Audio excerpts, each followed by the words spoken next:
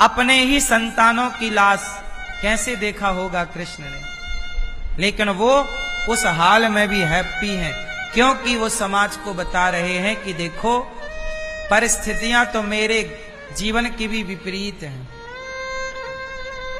जब मैं अपना धैर्य नहीं छोड़ता तो तुम भी अपना धैर्य मत छोड़ो। और ये जो हो रहा है ये समझो कि ये विधि का विधान है, ना इसे आप कर रहे हैं ना इसे हम कर रहे हैं। आपका विवाह हो रहा है, आपके घर में बच्चा पैदा हो रहा है, आपके घर में दादा दादी मर रहे हैं, ये सारा विधान आप कुछ भी नहीं कर रहे हैं, ये पूरा फिक्स है। आप केवल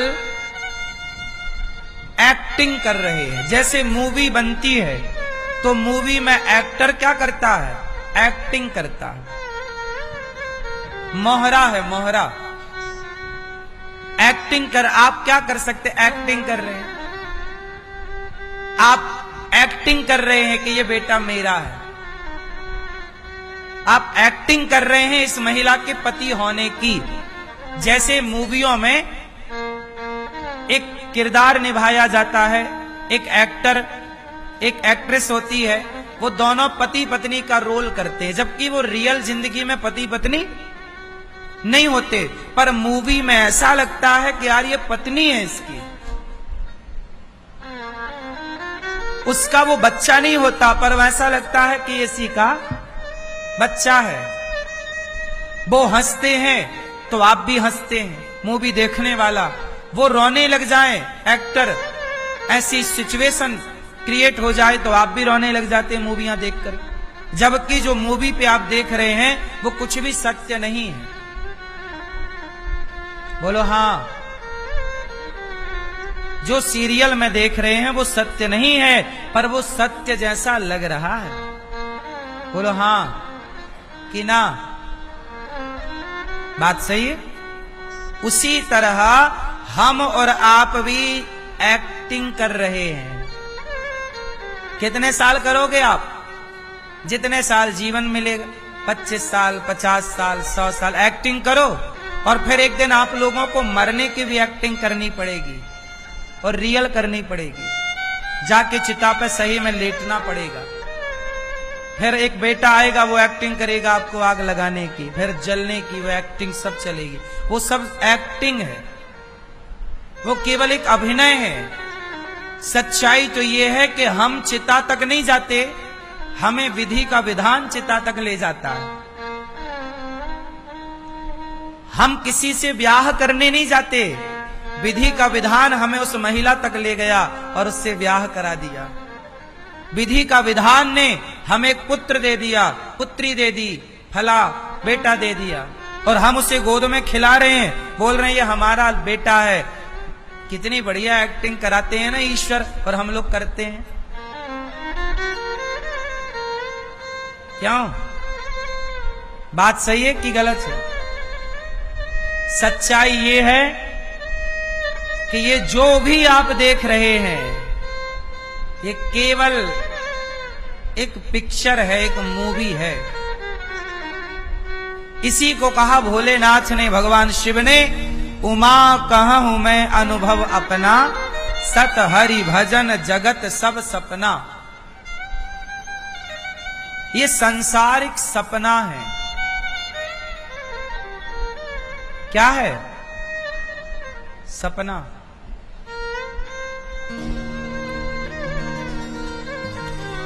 अभी जो प्लेन हादसा हुआ, जो भारत से लंदन जा रहे थे, कितने सपने संजो कर जा रहे थे।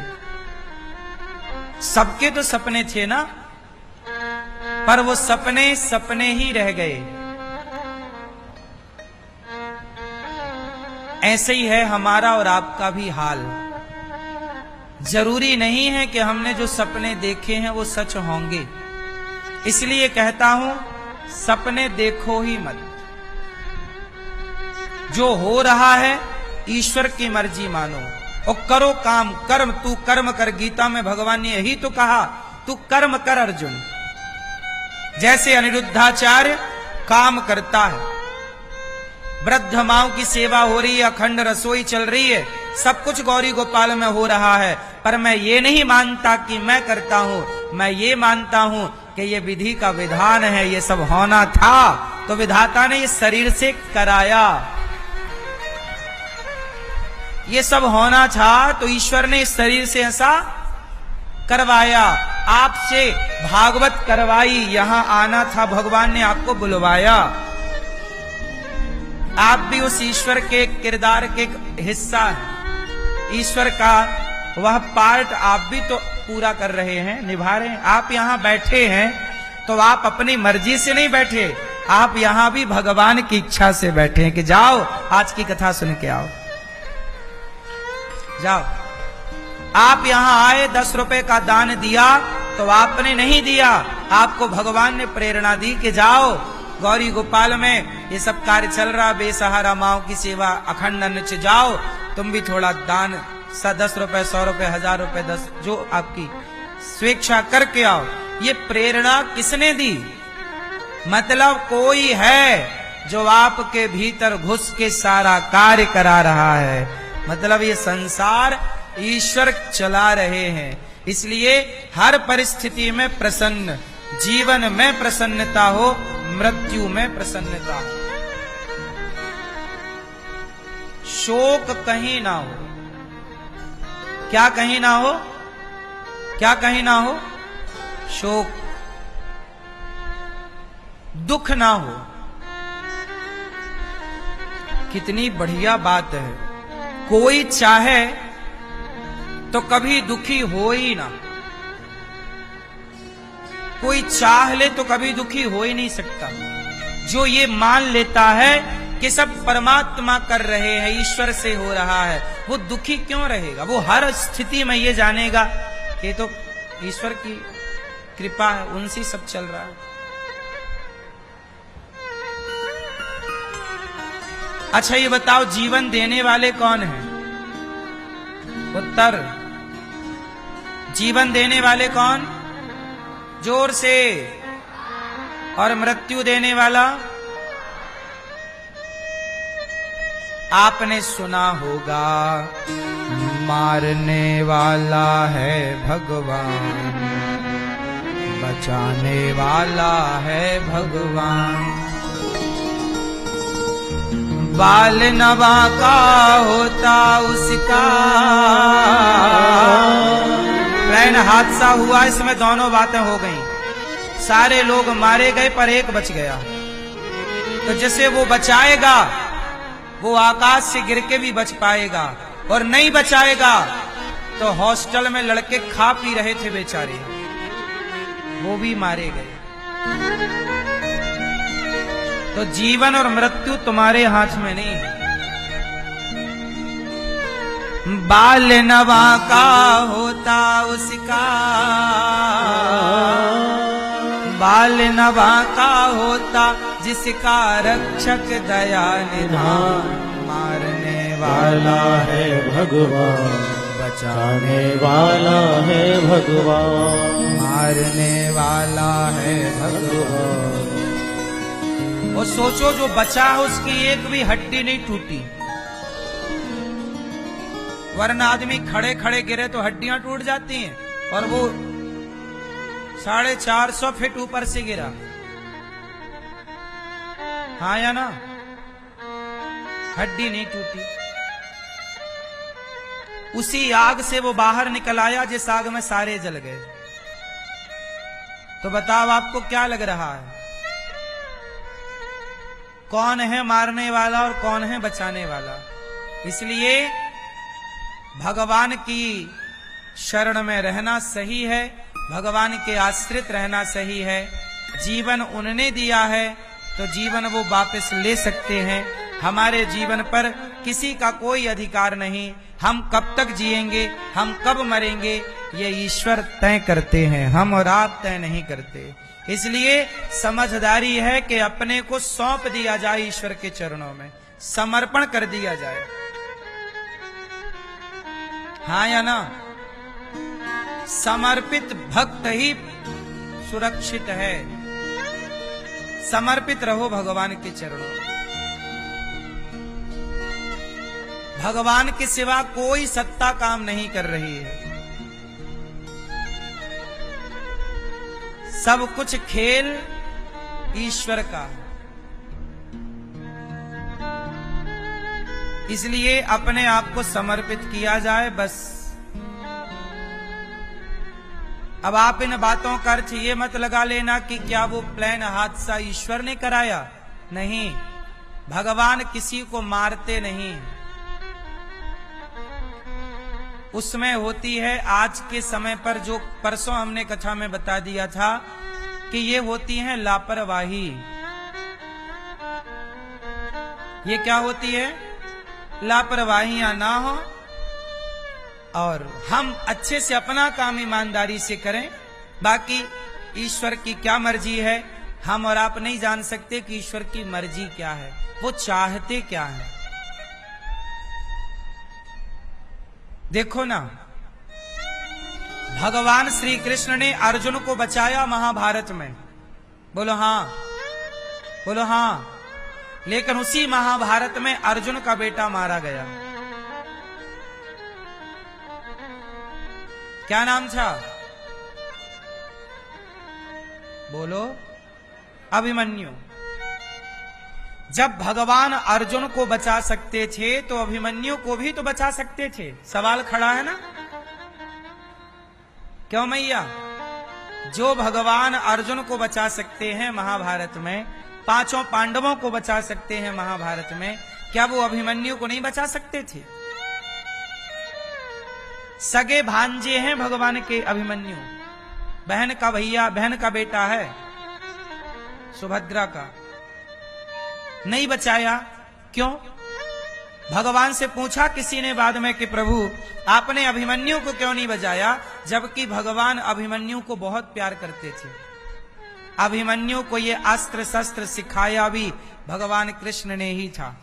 अर्जुन ने भी सिखाया था, भगवान ने भी विद्याएं सिखाई थी। कहा भगवान ने कि अभिमन्यु की उम्र केवल 20 वर्ष ही थी। जिस समय अभिमन्यु मारा गया उस समय अभिमन्यु की उम्र क्या थी? लगभग 20 साल। 20 साल का जवान लड़का था। भगवान ने कहा इसकी आयु 20 वर्ष की ही थी, तो जाना पड़ेगा। गए। हर व्यक्ति यदि जीवन लेकर आया है तो आप सब अपनी मृत्यु लेकर भी आए हैं। आपके संग केवल आपका जीवन नहीं चलता, परछाई बनकर आपकी मृत्यु भी आपके संग संग चलती है। आप जब अपना हैप्पी बर्थडे मनाते हो, जन्मदिन मनाते हो, तो वो जन्मदिन भी होता है और वह आपके जीवन में मृत्यु 1 साल निगल चुकी होती है। मृत्यु आपको थोड़ा थोड़ा करके मारती है। जैसे आप कितने साल के हो गए? बोलो। 40 साल के हो गए, मतलब ये हुआ कि आपकी मृत्यु ने आपके 40 साल मार दिए, 40 साल निगल गई। आप 20 साल के हो गए, मतलब आपकी मृत्यु ने आपके 19 साल निगल लिए। बोलो हाँ। और एक दिन फाइनल जीवन भी निगल के बैठ जाएगी। इसलिए हम कहते हैं कि मृत्यु तो आएगी, लेकिन मृत्यु के पहले किसे आना चाहिए? चित्त में, हृदय में गिरधर गोपाल आ जाएं, भगवान प्रकट हो जाएं तो मरना सार्थक हो जाए, जीवन की यात्रा पूरी हो जाए, भगवान आ जाएं चित्त में। यदि प्रभु आ गए तो समझ लो कि जीवन मरण सब सार्थक है। तो भगवान सत्य चित आनंद के सागर, इसलिए खुश रहा करो। ये मानो कि सब प्रकृति है, विधि का विधान है, हमें खुश रहना है बस। आपकी होठों से प्रसन्नता गायब ना हो, बस मैं यही प्रार्थना करता हूं। गायब कर भी लोगे तो नुकसान आपका, फायदा होए तो मुझे बता दो। रोने से कोई काम बने, मुंह फुलाने से कोई काम बने, आत्महत्या करने से कोई काम बने, तो फिर बताओ, कुछ होता हो तो हम भी करें। समाधान क्या है? समाधान है कि हर परिस्थिति को, हर सिचुएशन को स्वीकार किया जाए। हमारे सामने जो परिस्थिति है उस परिस्थिति में रहा जाए और हैप्पी रहा जाए, खुश रहा जाए, क्योंकि आप उसे बदल नहीं सकते। आपकी पत्नी बड़ी टेढ़ी है स्वभाव से, आपने पूरा जोर लगा लिया बदलने का, नहीं बदली। अब आपको करना क्या चाहिए कि इसके हाल में ही इसके साथ अब हैप्पी रहो, क्योंकि मुंह फुलाने से कुछ होना नहीं। अब पति जैसा है, अंधा लंगड़ा बहरा काना खोरा, अब है सो है, अब बदल तो आप सकते नहीं है। तो अब जैसा है उसे स्वीकार करना पड़ेगा। परिस्थितियां जैसी हैं उन परिस्थितियों में रहना पड़ता है। जो हर परिस्थिति में रह लिया वही सफल है। और आप लोग क्या कहते हैं? आप लोग चाहे महाराज जी परिस्थितियां हमारे हिसाब से होनी चाहिए। तुम्हारे हिसाब से कोई परिस्थिति नहीं होती। आप यही तो चाहते हैं कि हमारे हिसाब से हमारी पत्नी चले, हमारा पति चले, हमारा बेटा चले, पर जब लोग नहीं चलते तो आप परेशान होते हैं। हमारे हिसाब से होना चाहिए, नहीं, हर चीज आपके हिसाब से नहीं हो सकती। अरे और तो छोड़ दो, आपका शरीर भी आपके हिसाब से नहीं चलता। आप लोग कोई नहीं चाहते कि आपके बाल सफेद हो जाएं, पर हो जाते हैं। आप कोई नहीं चाहता कि आपका बुढ़ापा आ जाए, पर आ जाता है। मतलब आपका शरीर भी आपके हिसाब से नहीं चल रहा है। चल रहा हो तो बता दो। आपकी बॉडी आपके हिसाब से चल रही है? क्यों भैया? भैया आपका सिस्टम आपके हिसाब से चल रहा है? बॉडी चल रही है? नहीं ना। आपका शरीर दिनों दिन कैसा होता जा रहा है? प्लस के माइनस? 20 साल तक प्लस होता है, 25 साल तक प्लस होता है, 30 साल तक प्लस होता है, और ले लो मोटा मोटा तो 35 साल तक प्लस होता है। 35 साल के 36वें साल में आपका बॉडी, आपका शरीर, आपकी ताकत, आपकी एनर्जी दिनों दिन गिरती है। ना कि आप कितना भी पर खाओ, कितना भी अंडा मुर्गी मछली जो आप लोग खाते हैं उल्टा सीधा, जो कि नहीं खाना चाहिए, कितना भी खाओ, लेकिन आप प्लस अब ना होंगे। अब तो होंगे तो केवल बोलो माइनस। यही प्रकृति है। पतंग ऊपर जाएगी, पर कितनी जाएगी उसकी भी तो एक सीमा है। जाएगी फिर कहां आएगी? यही है। ग्राफ ऐसे ही तो चलता है, शेयर बाजार ऐसी तो चलता है। डॉक्टर वहां मशीन पर लिटाता है, वहां भी यही सिग्नल आता है। वेंटिलेटर पे, वेंटिलेटर बोलते उसको, ऐसी लाइनें चलती हैं, ऊपर नीचे ऊपर नीचे ऊपर। सीधी हो जाए मतलब डेथ, खत्म। सीधा कुछ नहीं है साहब, जो है सब टेढ़ा ही है, और टेढ़े को स्वीकार करना जिंदगी है। इसी परिस्थिति को मैनेज करना, इसी में रहना और इसी में हैप्पी रहना, यही सबसे बड़ा मैनेजमेंट।